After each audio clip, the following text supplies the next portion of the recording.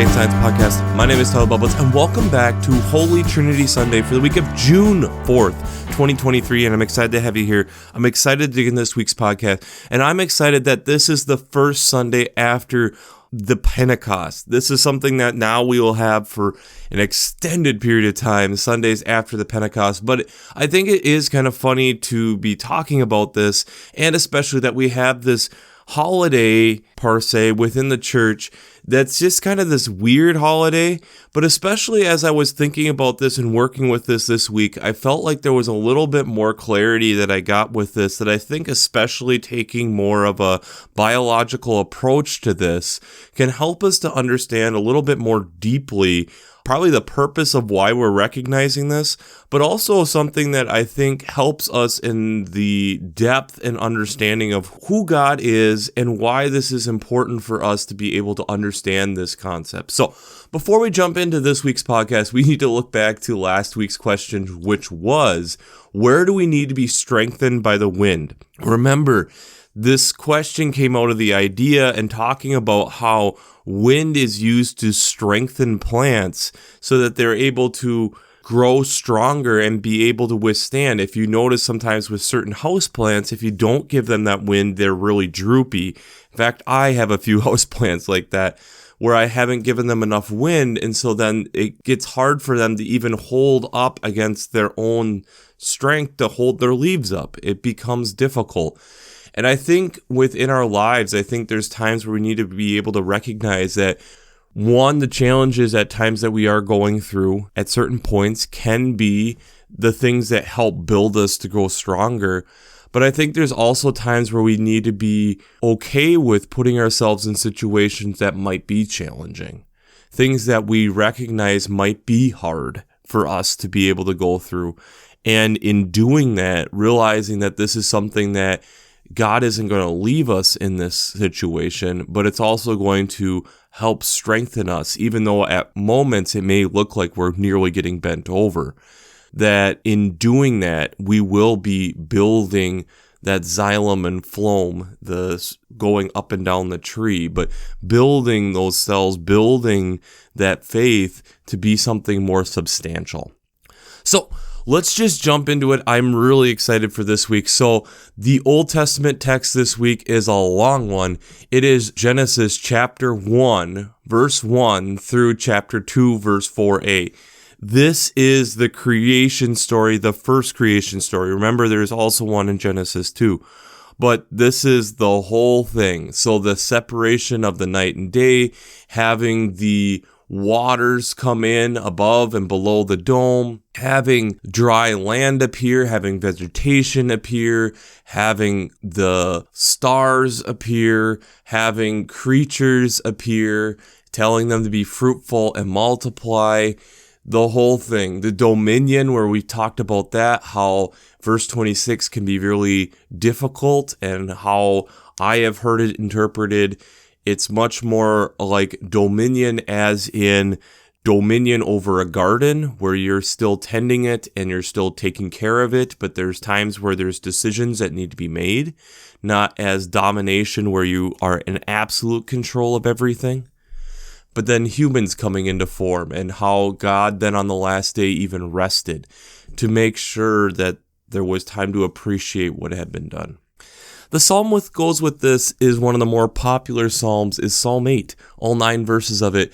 And this is a praise psalm recognizing the creation of what God has done, the glory that is the stars, the handiwork of what God has made, and to recognize how much power God did give us with having the dominion that we do have to be able to work in this place, and also that we are looked at as just lower than God, that we're being told to tend to this place is pretty amazing with everything that's here, the creation and everything that is. And that's where you get the repeat of what is the beginning in verse 1, ending in verse 9. O Lord, how sovereign, how majestic is your name in all the earth. The second reading, or the epistle text this week, is from 2 Corinthians chapter 13, verses 11 to 13. This is getting near the end of this letter, but this is also kind of this re-encouraging message that as Paul is kind of signing off here, remembering that we should be working together. As he states in verse 12, to greet each other with a holy kiss. All saints greet you. This idea that we're all in this together. We're all trying to work together to help us better understand the God that we're serving, but also be able to work together as a body to better represent who the God is that we are trying to show the rest of the world who God is. The gospel text this week is out of Matthew chapter 28, verses 16 to 20. This is nearing the end here of Matthew's gospel, having the 11 disciples with him, and Jesus then directing them in this kind of the farewell discourse, that he has been given all this authority above heaven and on earth, but he is telling the disciples then to go and baptize in his name and go and make disciples of every nation, teaching them to obey everything that Jesus has commanded them, and remembering that Jesus is with them, God is with them till the end of the age, that God is always with them no matter what is going on. So, before we jump into how faith and science come together this week, we have to do a shameless plug. Working Preacher. If you haven't checked out Working Preacher, I'd highly recommend it. Between their Sermon Brainwaves podcasts, their commentaries, their discussions. Since I'm not an ordained minister, I use them on a weekly basis to help bring you this podcast. It's a great resource, so if you haven't checked that out, I'd highly recommend it. I'd also highly recommend checking out the Revised Common Lectionary coming from Vanderbilt's Divinity Library.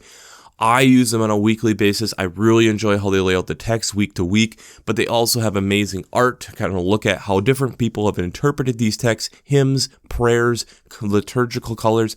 If you haven't checked out this resource coming from Vanderbilt's Divinity Library, I'd highly recommend it. It's a great resource. I'd also highly recommend checking out the Green Blades Preaching Roundtable and the Green Blades Rising publications.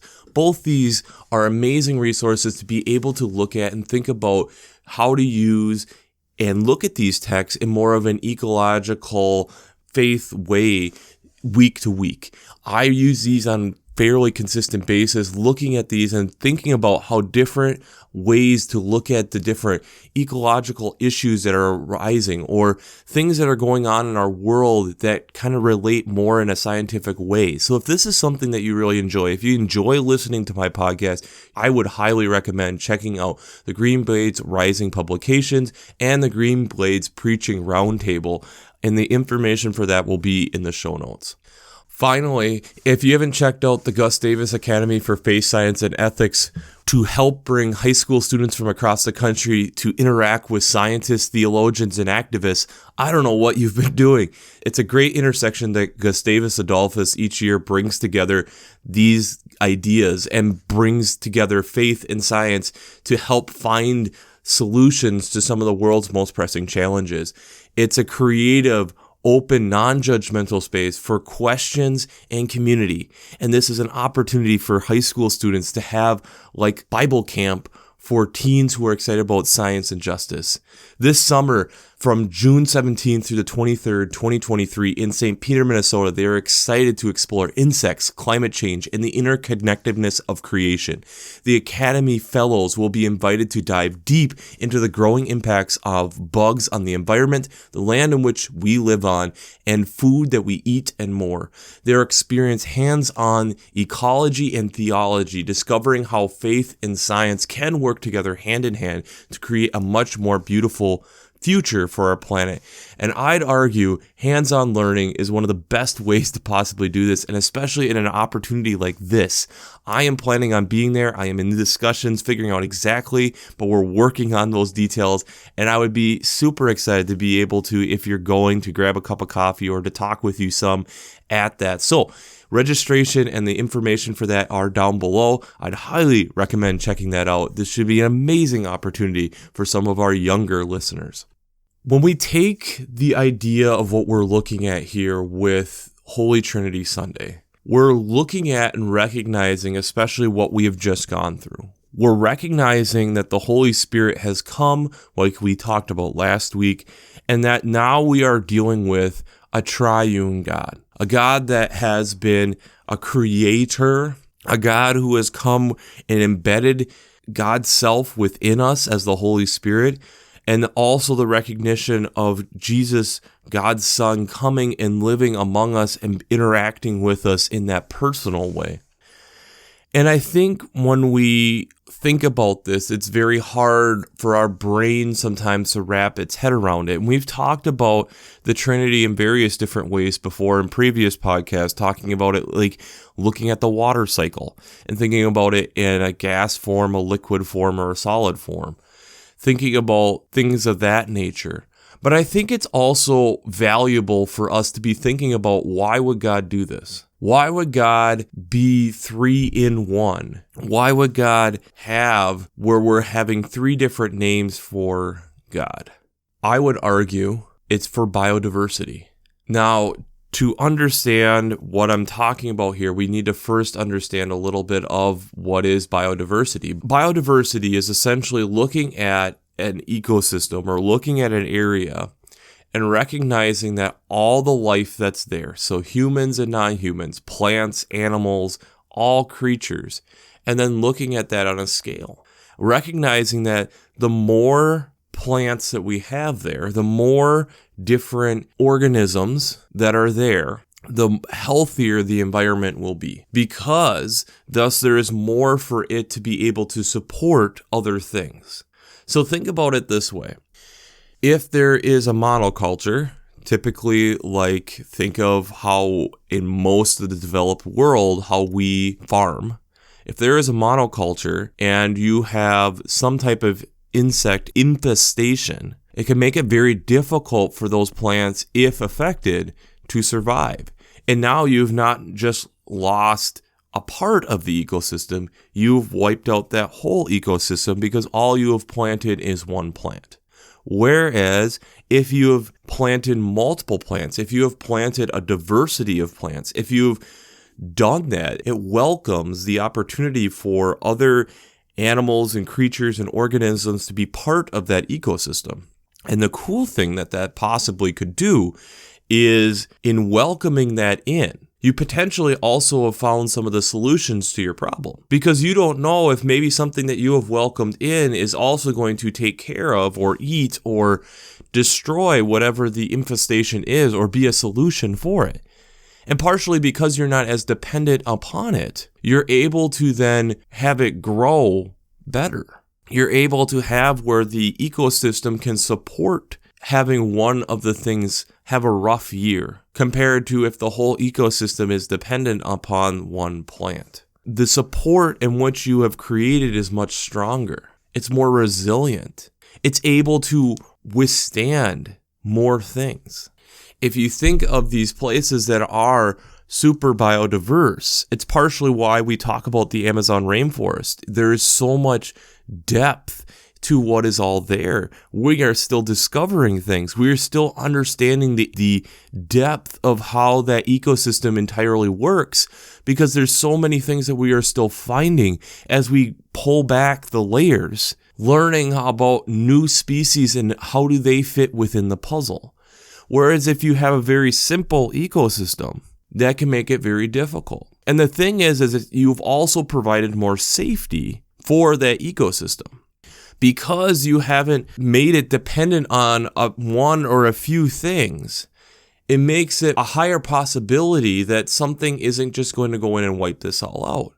And the problem, if you wipe that all out, is that you can create potentially a bottleneck effect. And this is something that we talk about more in genetics in biology, where if you have some type of major catastrophe, that you can create a type of genetic drift that is called the bottleneck effect, where the population has gone from a very diverse, very well-rounded population and suddenly shrinks. It makes it that then the genetic diversity that you had within that population now has been drastically reduced. And so in doing that, now within breeding and different things of that nature, there's less of a gene pool to be able to be pulling from. So think about it this way.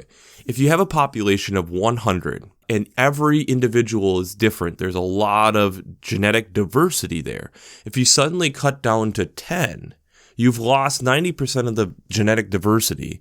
And let's say 1 or 2 of those 10 have mutations within their DNA that make them less successful typically versus the old population. That maybe there's a wing that doesn't fully develop, or there's a part of their genetic code that makes it more vulnerable to specific types of diseases. You have now put that into a major part of the population because there's only 10 individuals left. And in doing that, it's going to take a lot of time to breed that out. It's going to take a lot of time for that to get the genetic diversity where that can be kind of let go of or kind of be bred out. Now it's going to become a major part because there isn't that many individuals left. You have weakened the population substantially because there isn't the diversity there, because there isn't 100 different genomes that we're sequencing. We have 10. And that those are only have so many different combinations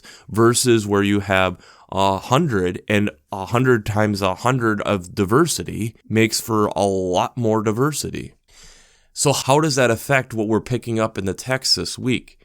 I think it's us understanding that God comes in multiple ways to show the diversity of God's self, and also to help us understand the possibility of God wanting us to have this diverse understanding of the world in which we're living in. If God is this great creator and created all this diverse richness around us, and we have the Psalm recognizing that diverse richness, we have the Matthew, the gospel, talking about how we need to go and explore that diverseness. I am with you, but go and explore it. Go and share what you have found with the vastness of the world around you. But that's where I think then also 2 Corinthians is so important, is recognizing still they are part of this family. Still they are part of the richness of what God has created and that we're invested in. That we should be greeting it with this holy kiss. We should be welcoming this. We should be acknowledging the diversity of that's out there and recognizing then how the Holy Spirit is within them as much as it is within me. Maybe it isn't activated within them. Maybe it's an animal, and it's that we have to see and spend more time to understand how the Holy Spirit is working within them. But recognizing that this is all part of a bigger picture and that we should be trying to work together in that. Just like an ecosystem, how all the different parts work together. You think about just how plants live. They take nutrients out of the soil, and at some point they die, and it returns to the soil, providing food for detritivores, things to break it back down so that other things can live. But the more diversity, different plants go for different types of nutrients to be able to break things down. You have animals that walk through or fly through. They have gone different places and bring new and different things into an ecosystem. New seeds, new plants, new experiences, new ideas. This is the richness that is the holy community of God. The value of what it is to have this strong ecosystem. The value of us being able to acknowledge that God created everything that we can see. God's taking a final day not only purely to rest, but also to appreciate what God has done. To take the time for us to be able to recognize and look at what God has done. Appreciate what God has done. Take the time to recognize how all this works together. Do we do that? Do we take the time to recognize, even within our human populations, how different cultures from around the world work together? Or do we just see the differences? Heck, with even in the Christian faith, do we look at different faith communities and recognize how the strengths of the different ones can help us all understand who God is better? Or do we immediately jump to the differences that each of us have? Because if a tulip looked at a blue spruce and was envious that it wasn't a blue spruce, we wouldn't have tulips. And tulips are a beautiful flower. They're a beautiful flower that brings forth spring and helps us remember that this is the beginning of spring, at least in the northern hemisphere where I'm from. And if we didn't have tulips to help us remind it, that would be something that's missing. Whereas a blue spruce is blue spruce all year long. I mean, blue spruces are amazing, and they grow tall, and they're amazing looking trees, but they don't have the spark of beauty that a tulip does. This kind of gets back into that 1 Corinthians chapter 12, where we can't be envious of these different parts, but recognizing that we're all working together. And if we're recognizing that we have a God who is diverse, we recognize that our God is biodiverse within God's self and how God interacts with us, we then should be able to acknowledge and recognize that the world in which we're in is biodiverse, and thus our faith should be biodiverse in recognizing not only humankind, but worldkind. Recognizing that if this is everything that God has created, that everything we see is God created in its rawest form, to appreciate and acknowledge that. That's the psalm this week. That is Psalm 8 to a T, recognizing the awe that everything, if we get it down to its basic form, comes from God. Recognizing that the technology that you're listening to this podcast on, in some form or fashion, if you break it all down, came from raw materials, and what is that? It's from God. The sound, to hear the waves of the air moving, to be able to create sound, to be able to listen to what you're hearing right now. God had God's hand within that. Recognizing that all of that, from Jesus walking in and amongst us, to the Holy Spirit being within us, to acknowledge that, to understanding we had a creator God at the beginning, how all three of those work together. Just like a biodiverse ecosystem works together, that there isn't necessarily one part of it that's more important than the other. There's some that contribute in major ways, like keystone species. We've talked about that multiple times before. Something that has greater impact on the environment than you would expect. Hence, like a prairie dog mound, to be able to turn up new soil for new things to grow. But in acknowledging that, doesn't take away from the prairie grasses that can grow in those spots that have root systems that go down hundreds of feet to be drought resistant. The environment needs all of that. I think within our faith, we need to be able to understand that we need all of it. We can't just spend time necessarily purely with the human creation part of human creation, or the purely just with the human part of creation. We need to be able to acknowledge the whole creation. And sometimes that means also acknowledging it's not just this floating rock that we're in outer space. It's acknowledging that there are things beyond what we can see and understand at this moment, or there's things that are just glimpses that God's hand's still within, God's still working on, God still has a part in. It's those moments where it's us recognizing how important we are here, but also how small we are. And that doesn't take something away from us. It's us acknowledging just the beauty that we have a God who does care about all of it. So the question I have for you this week is, when was the last time you acknowledged that you were part of God's ecosystem? When was the last time that you acknowledged that you were part of God's ecosystem? I think in acknowledging that you're part of something greater than humankind, that you're part of something greater than what we can just easily describe, it helps us to understand how amazing what God has done for us and what that actually means for us. I think it helps put some flesh on the bones in certain ways. It helps us for a moment be able to do the rest that we see in Genesis on day 7. To appreciate what is done, to rest and acknowledge and think about and look at how all of this works together. I look at when it talks about in Genesis chapter 2, verse 2, that God rested on the seventh day from all the work that he had done.